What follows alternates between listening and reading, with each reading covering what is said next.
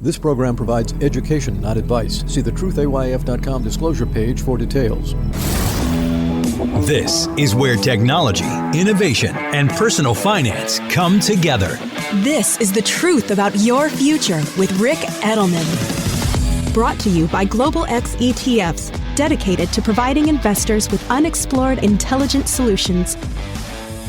It's Thursday, February 9th. The past couple of days, I've been talking with you about retirement, how to calculate in about 30 seconds how much money you're going to need, and what to do when you get laid off in your 50s and 60s and you find yourself getting discriminated against because of ageism.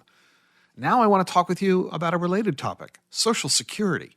There was an op-ed in the Wall Street Journal the other day written by Andrew Biggs. He's a well-known player in the retirement field, a senior fellow at the American Enterprise Institute, and he's about to join the Social Security Advisory Board. In his op-ed, he suggested that we freeze the maximum that you can get from Social Security at 2022 levels. He says this will cut Social Security's annual outlays in half. That can help save the system from collapse. I'm a fan of Andrew Biggs. He and I have traded emails once upon a time. I like his idea. Unfortunately, his proposal, I'm afraid, has no chance politically, at least not for the foreseeable future. The reason is that capping Social Security at 2022 levels amounts to a cut in benefits, mostly at the burden of middle-class taxpayers. But House Speaker Kevin McCarthy said just last week that cuts to Social Security are off the table, meaning Republicans will not support benefit reductions for America's retirees. Democrats have always hated the idea of cutting Social Security benefits. They would much rather raise taxes. And now, if the Republicans are also unwilling to cut benefits, well, the American Enterprise Institute's idea of capping benefits at current levels simply has no chance of being implemented by this Congress. And that's too bad, because their idea is a fairly easy way to help prevent the Social Security Trust Fund from being depleted. But even if we did cap benefits at current levels, I'm afraid it's too little too late. The trust fund will be depleted anyway, likely by 2031. What happens then when the trust fund is gone, which is expected in 2031? Well, under current law, Social Security benefits will be cut 25%, starting in about 7 years. The average check is about $1,800 a month. It represents the majority of income for more than half of our nation's retirees. Their check is going to get cut to less than $1,400. That's a $450 monthly reduction. That's going to push millions of retirees into poverty.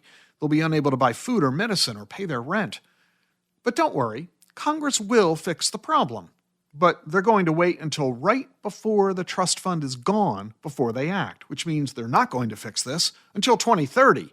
And their solution will be a combination of tax hikes and benefit cuts and delays, perhaps even including the American Enterprise Institute's idea of capping benefits, or by 2030 actually reducing the benefits as part of a broader package that will certainly include tax increases.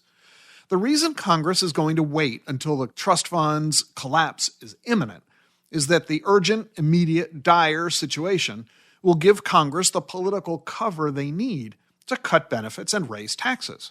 It's not my fault that prior Congresses didn't fix this mess, is what your representative will say. I had no choice but to vote for these draconian changes. In other words, meaning voting to increase taxes and to cut benefits.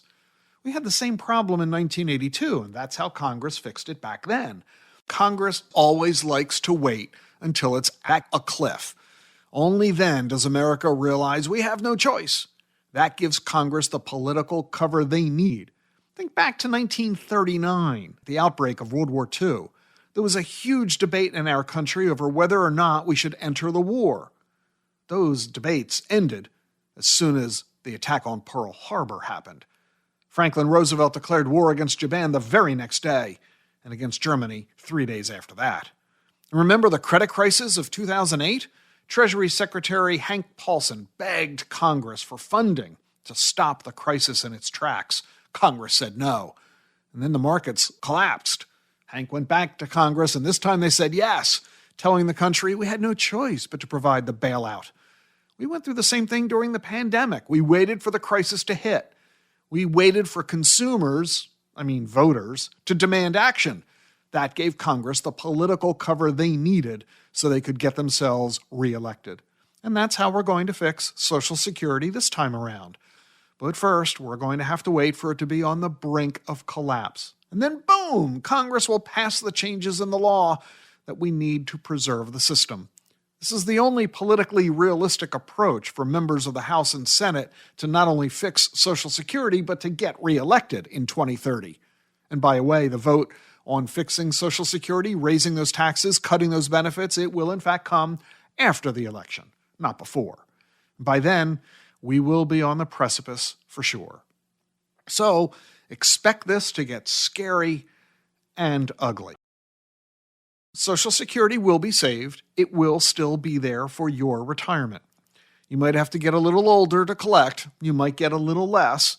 You might have to pay more in taxes along the way, but, well, better than nothing, I suppose. That's what's coming in 7 years. So plan now for your financial future, which features a different amount of Social Security than you might otherwise be expecting. And speaking of the future, what's the future of crypto? Reminder, if you missed my webinar that I held earlier this week on what's coming for crypto in 2023, you can watch the replay for free. Just go to dacfp.com, dacfp.com. I'm Rick Edelman. See you tomorrow. The Truth About Your Future is sponsored by Global X ETFs. Exponential technologies are transforming the world around us and creating investing opportunities along the way. Artificial intelligence, blockchain, and clean energy are among the breakthroughs shaping new possibilities for the future. But is your portfolio keeping up? Visit globalxetfs.com to discover how you can invest in these and other disruptive innovations. Making the complex simple. Insights you can only get right here. This is The Truth About Your Future with Rick Edelman.